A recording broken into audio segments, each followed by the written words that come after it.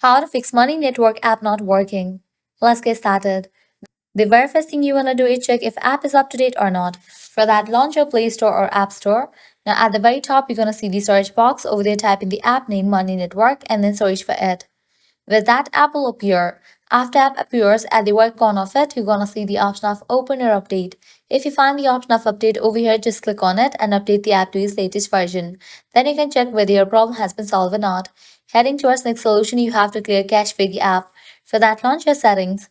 Scroll down, navigate to the option of general, head over to the option of iPhone storage. Now over here, you're going to find different apps that are installed in a device. Find the app Money Network. After you find it, open it. Then click on Offload app. Click on Offload app. Offloading app clears cache for the app. Now click on Reinstall app. Once completion of reinstallation process, you can check whether your problem has been solved or not. If the solution doesn't work for you, what you can do is completely delete this app from your device and reinstall it.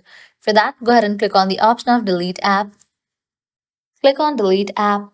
With that, you just deleted this app from your device. Now you can close this.